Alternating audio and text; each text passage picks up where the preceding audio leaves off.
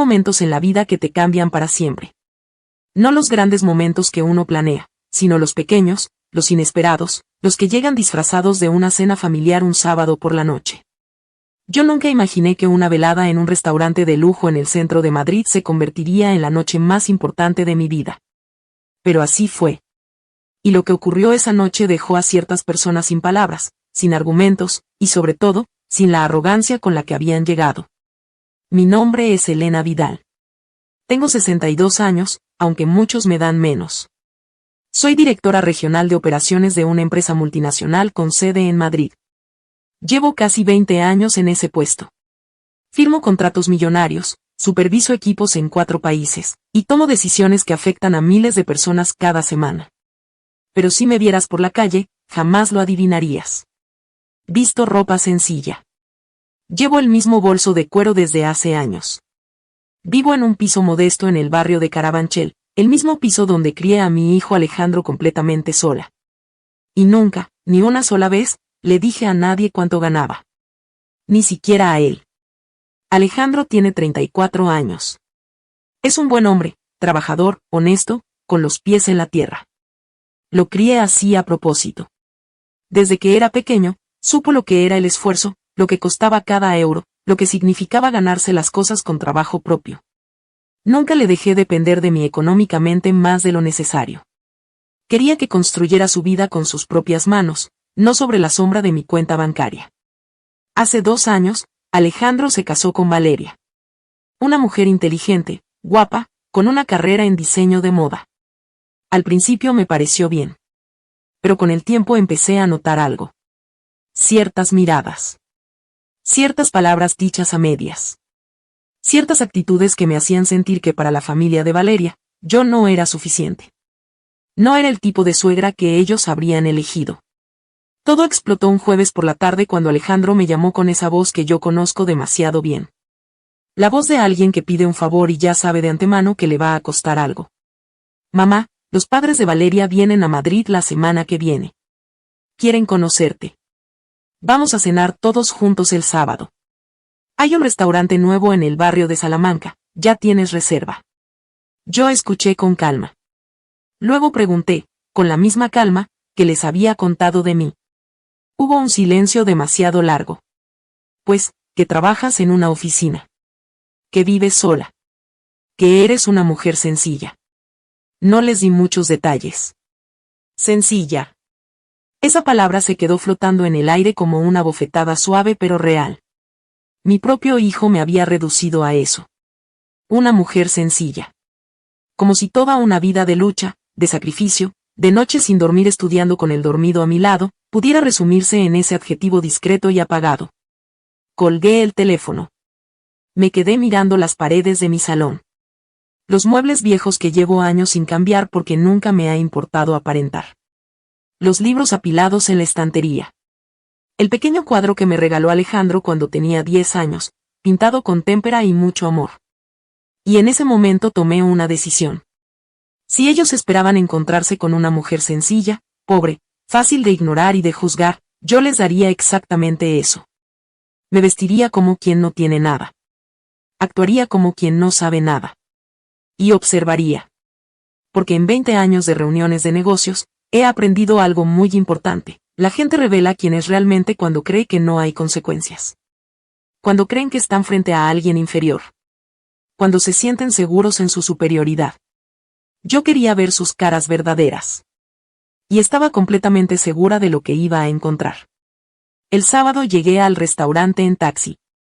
Me había puesto un vestido gris viejo, arrugado, de esos que usaba hace 15 años.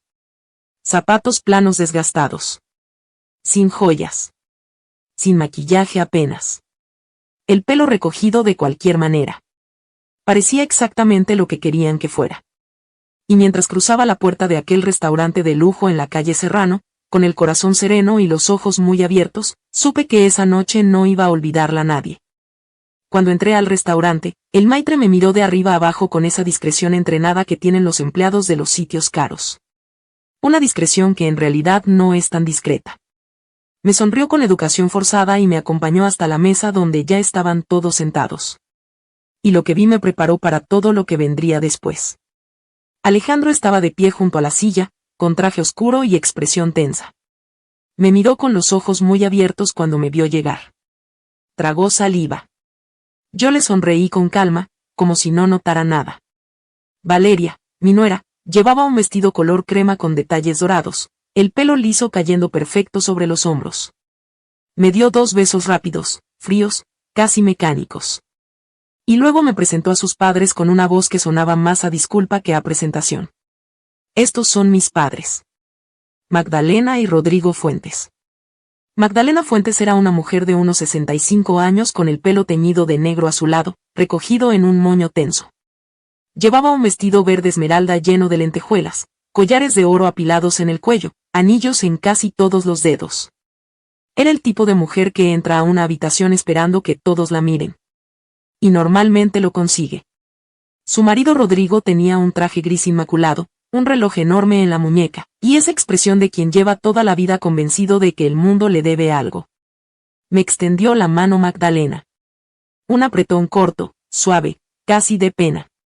Como quien toca algo que preferiría no tocar. Un placer, dijo. Su voz era dulce como el veneno disfrazado de miel. Rodrigo repitió el gesto. Encantado. Ni siquiera me miró a los ojos. Me senté en la silla del extremo de la mesa, la más alejada, la que nadie había pensado en acercar un poco. Nadie me ayudó. Nadie preguntó si estaba cómoda. El camarero trajo los menús, grandes, elegantes, escritos en una mezcla de español y francés que podría confundir a cualquiera. Yo abrí el mío y puse cara de no entender absolutamente nada. Magdalena me observó por encima de su copa de vino. ¿Le necesita ayuda con la carta?, le preguntó al camarero en voz alta, señalándome con un gesto de la cabeza. Como si yo no estuviera presente. Como si fuera invisible. O peor, como si fuera un problema que había que gestionar. No se preocupe, dije yo con voz tímida. Con lo más sencillo me conformo. No hace falta gastar mucho en mí. Magdalena sonrió. Una sonrisa que no llegaba a los ojos. Claro que no, dijo. Todos tenemos nuestros límites. Alejandro apartó la vista. Valeria jugueteó con el tenedor.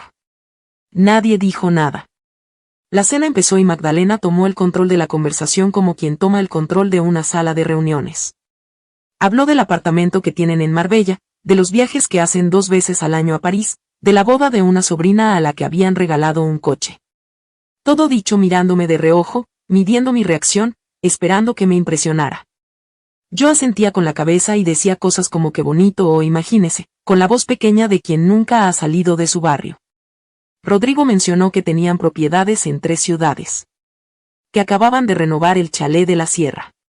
Que Valeria nunca había necesitado nada porque ellos siempre se habían asegurado de darle lo mejor. Y entonces Magdalena giró hacia mí con esa sonrisa calculada y preguntó, ¿y usted, Elena, en qué trabaja exactamente? En una oficina, respondí bajando la mirada. Llevo papeles, archivo documentos. Cosas sencillas. Rodrigo y Magdalena cruzaron una mirada rápida. El tipo de mirada que dice todo sin decir nada. Ah, trabajo administrativo, dijo Magdalena. Qué bien. Es honrado. Todos los trabajos tienen su dignidad, añadió con ese tono que en realidad dice exactamente lo contrario. Pero lo que vino después me dejó sin aliento. No por sorpresa, sino por la desvergüenza pura y absoluta con la que lo dijeron. Magdalena dejó su copa de vino sobre la mesa, se limpió los labios con la servilleta de lino, y me miró con una expresión de lástima estudiada. Elena, querida, somos familia. Y precisamente porque somos familia queremos hablar de algo importante.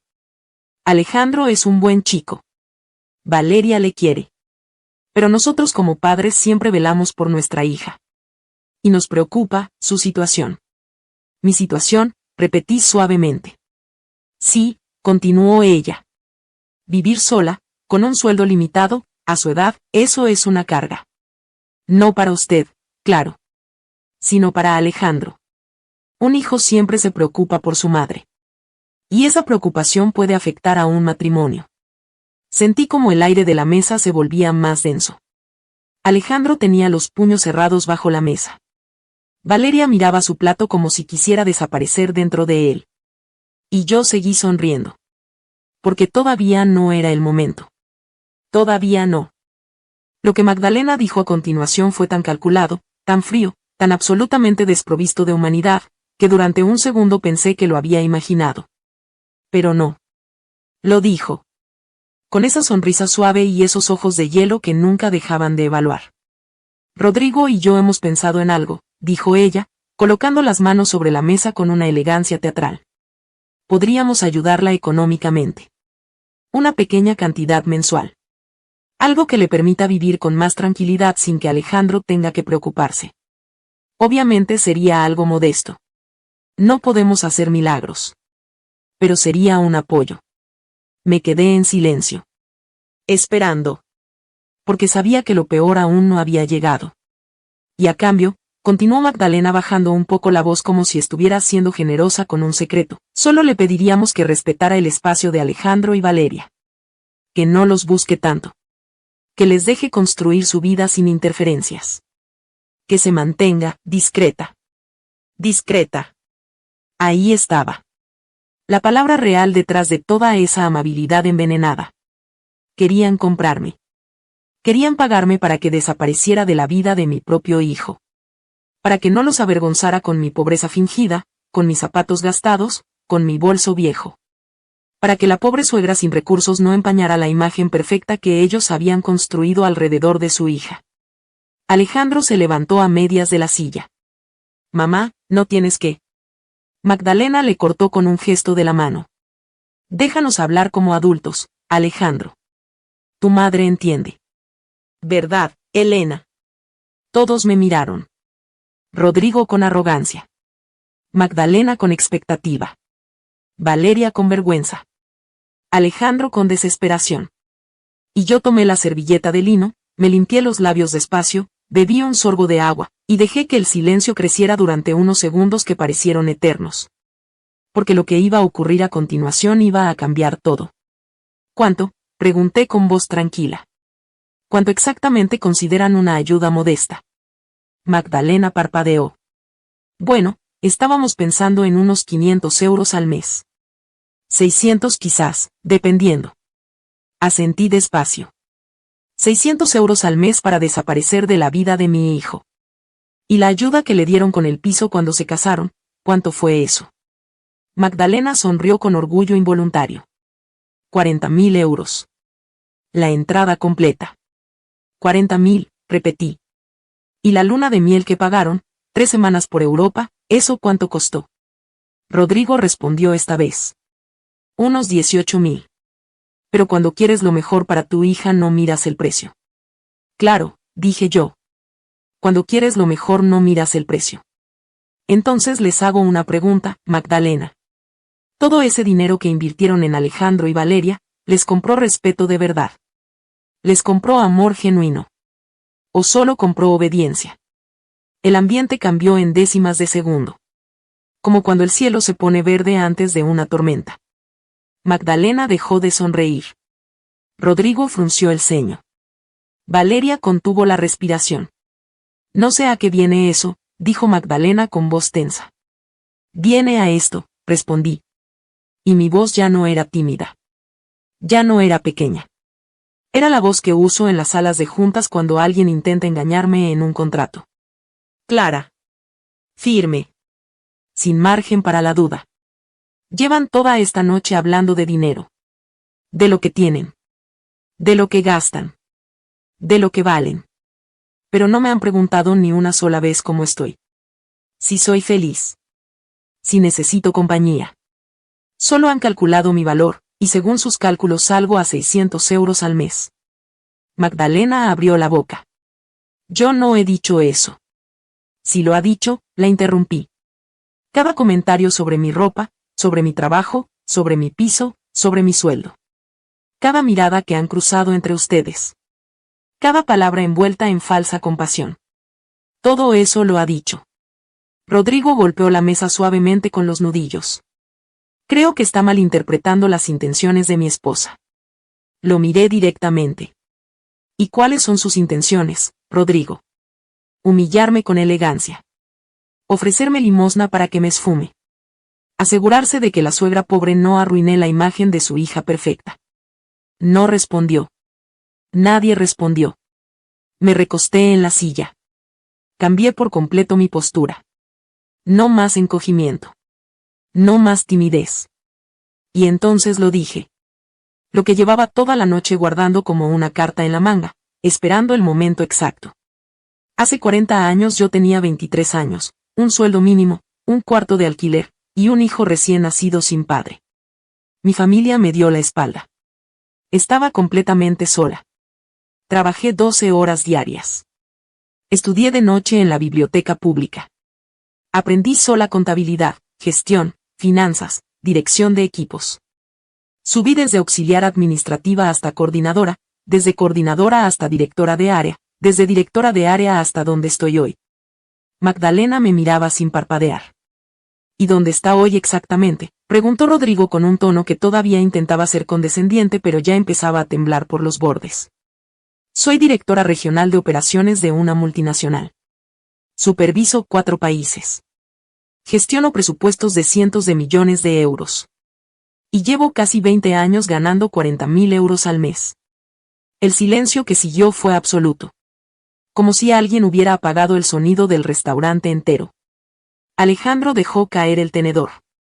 Valeria se llevó la mano a la boca. Rodrigo parpadeó varias veces. Y Magdalena, esa mujer que había pasado toda la noche mirándome como si fuera un mueble viejo en medio de una galería de arte, se quedó completamente paralizada. 40.000 euros, repetí. Cada mes. Durante casi 20 años. Y entonces llegó el momento que había estado esperando desde que entré por esa puerta. El momento en que el poder en esa mesa cambió de manos para siempre. La cara de Magdalena pasó por 10 emociones distintas en menos de 5 segundos. Incredulidad. Confusión. Vergüenza. Rabia.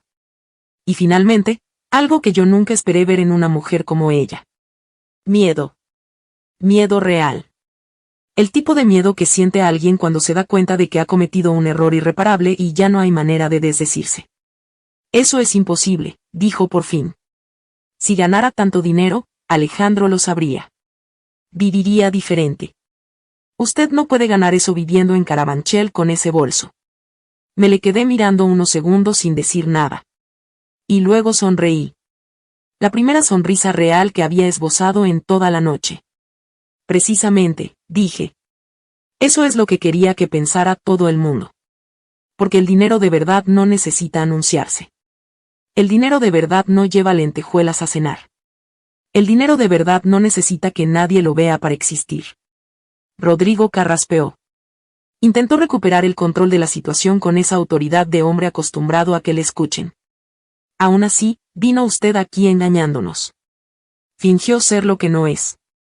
Eso no habla bien de su carácter. Lo miré con calma absoluta. Tiene razón. Fingí. Vine aquí vestida con ropa vieja, con el pelo mal recogido, actuando como una mujer que no tiene nada. ¿Y sabe por qué lo hice? Porque necesitaba saber cómo tratarían ustedes a alguien que consideraban inferior. Necesitaba ver sus caras verdaderas sin maquillaje, sin filtros, sin la educación de conveniencia que sacan cuando creen que les conviene. Y vaya si las vi. Magdalena se levantó ligeramente de la silla. Usted nos tendió una trampa. No, respondí sin alterarme. Yo simplemente abrí la puerta. Ustedes entraron solos y se mostraron tal como son. Nadie les obligó a ofrecerme dinero para que desapareciera. Nadie les obligó a comentar el precio de cada plato. Nadie les obligó a mirarme como si fuera un problema que hay que resolver. Eso lo eligieron ustedes libremente. Y esa elección dice todo lo que necesito saber. Alejandro tenía los ojos brillantes. Mamá, yo no sabía. Nunca me contaste. Su voz sonaba rota, entre el orgullo y la culpa.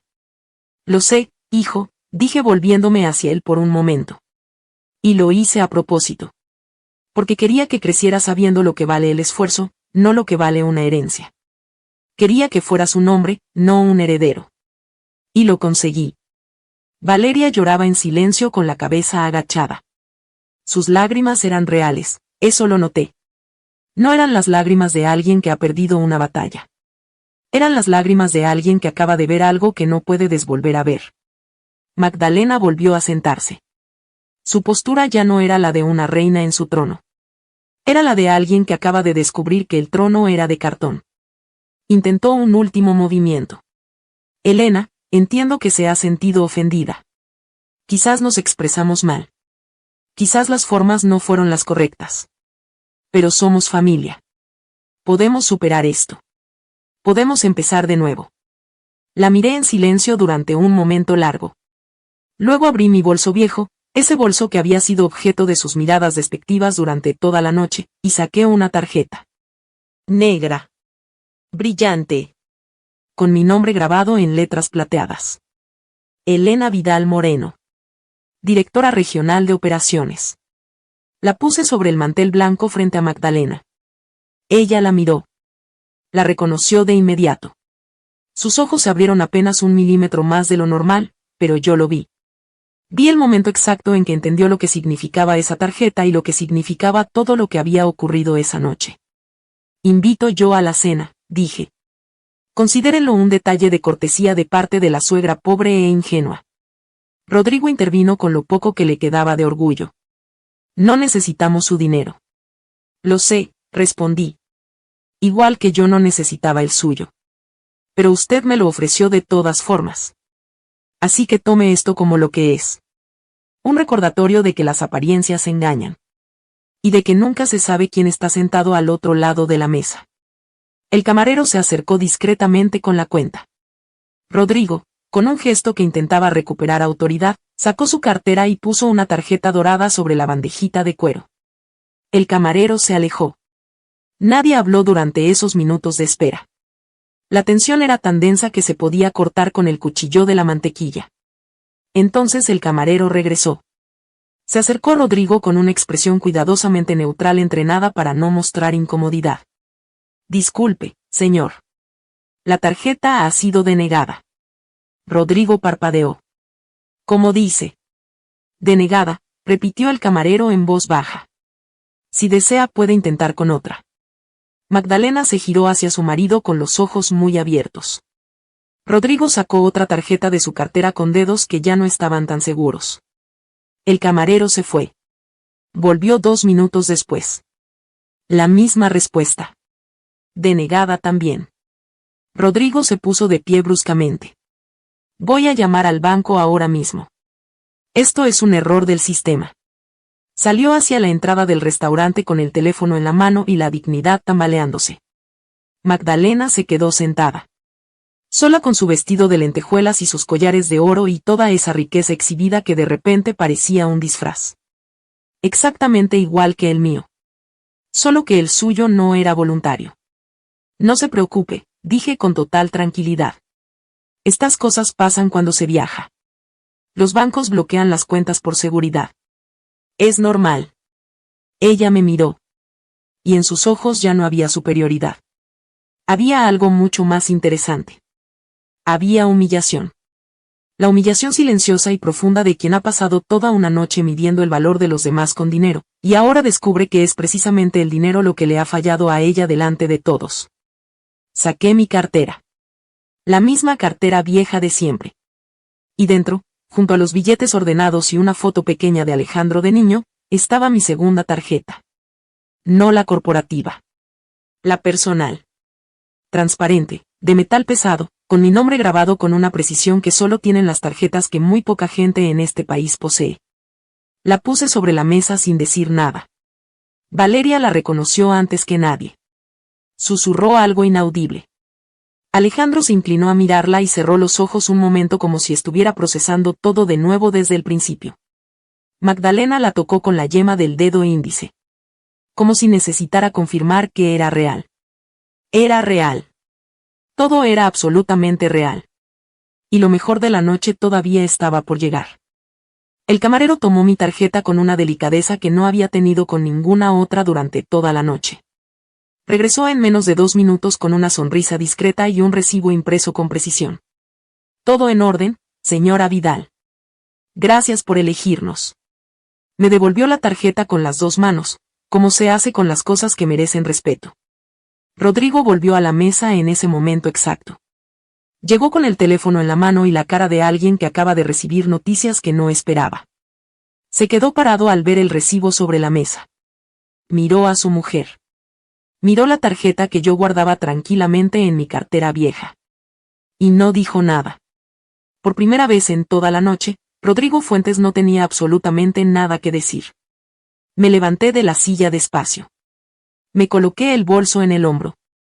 Y miré a Magdalena por última vez con esa serenidad que solo tiene quien no necesita ganar porque ya ganó hace mucho tiempo. Ha sido una cena muy interesante, dije. Gracias por la recomendación del restaurante.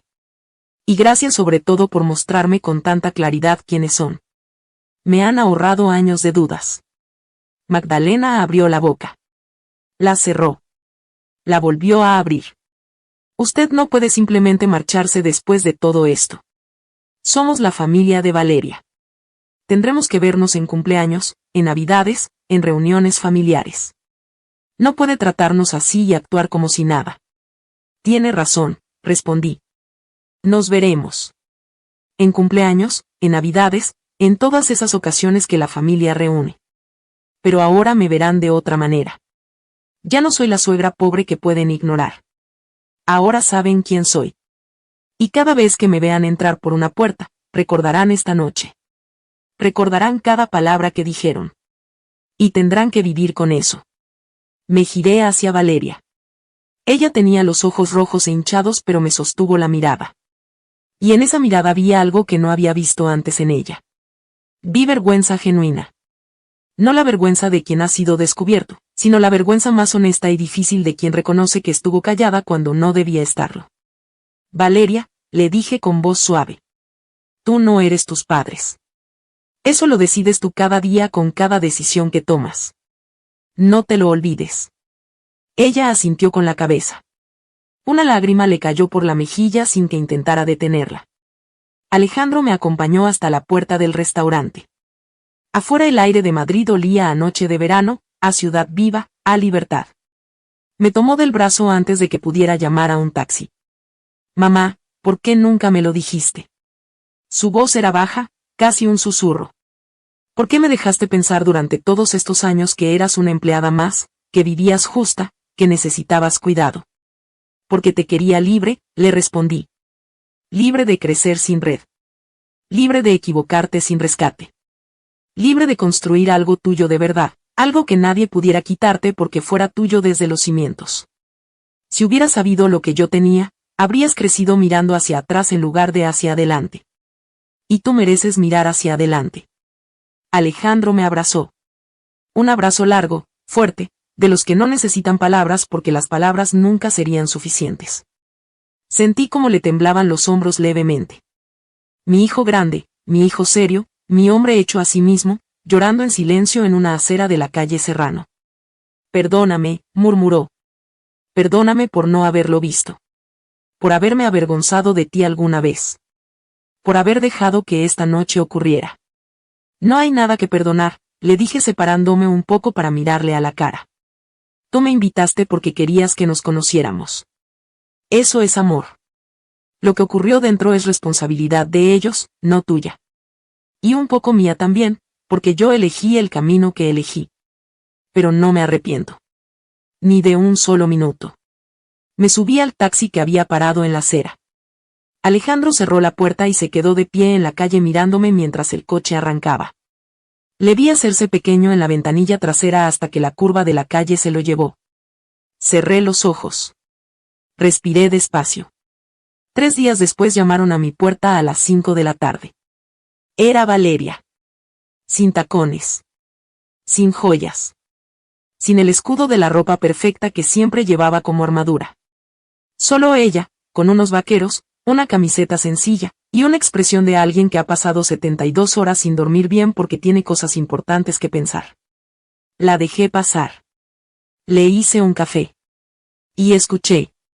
Me contó que sus padres habían crecido en un pueblo pequeño de Extremadura sin agua caliente y con deudas. Que habían emigrado de jóvenes con lo puesto.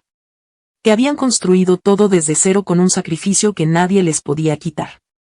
Pero que en ese camino habían confundido el valor de las cosas con el valor de las personas. Y que ella había crecido dentro de esa confusión sin saber que existía otra manera de ver el mundo. Hasta esa noche, dijo. Hasta que te vi a ti. No me viste a mí, le corregí. Te viste a ti misma. Viste el reflejo de lo que no quieres ser. Y eso requiere más valentía que cualquier cosa que yo haya hecho en mi vida. Valeria se quedó un momento en silencio mirando su taza de café. Luego me miró. Alejandro y yo hemos hablado mucho estos días. Hemos puesto límites con mis padres. Límites reales, no negociables. Y ellos se han enfadado. Mucho. Mi padre dijo que lo reconsideraría todo. Mi madre no me ha llamado desde entonces. ¿Y cómo te sientes?, pregunté. Libre, respondió sin dudarlo. Asustada y libre al mismo tiempo. Eso es exactamente como debe sentirse, le dije. El miedo y la libertad siempre van juntos al principio. Con el tiempo el miedo se reduce. La libertad crece. Nos despedimos con un abrazo que ninguna de las dos habíamos planeado. Uno de esos abrazos que ocurren solos cuando dos personas se reconocen finalmente como lo que son. Seres humanos sin disfraces. Esa noche me senté junto a la ventana de mi piso en Carabanchel con una taza de tila y miré las luces de la ciudad encenderse una por una en el horizonte. Pensé en Magdalena y Rodrigo. En todo su dinero y todas sus propiedades y todos sus viajes y toda esa riqueza acumulada que no les había enseñado ni la lección más básica que existe. Que las personas valen por lo que son, no por lo que tienen. Pensé en el taxi driver de la noche de la cena, en la anciana del parque, en todas esas personas sencillas y sabias que se cruzan en el camino de uno y dejan algo verdadero sin pedir nada a cambio. Y pensé en Alejandro. En el hombre extraordinario que era. En que yo lo había criado sola, con poco dinero visible y mucho amor invisible, y había salido bien. Mejor que bien. No necesité nunca colgar mi éxito en la pared como un trofeo. No necesité que nadie lo supiera para que fuera real. Pero esa noche en ese restaurante de la calle Serrano lo dije en voz alta por primera vez. No para impresionar a nadie. Sino para recordarme a mí misma, y recordarles a ellos, que el silencio no es debilidad. Que la sencillez no es pobreza. Que la verdadera riqueza no hace ruido. Y que cuando llega el momento de hablar, habla con una claridad que ningún dinero del mundo puede comprar.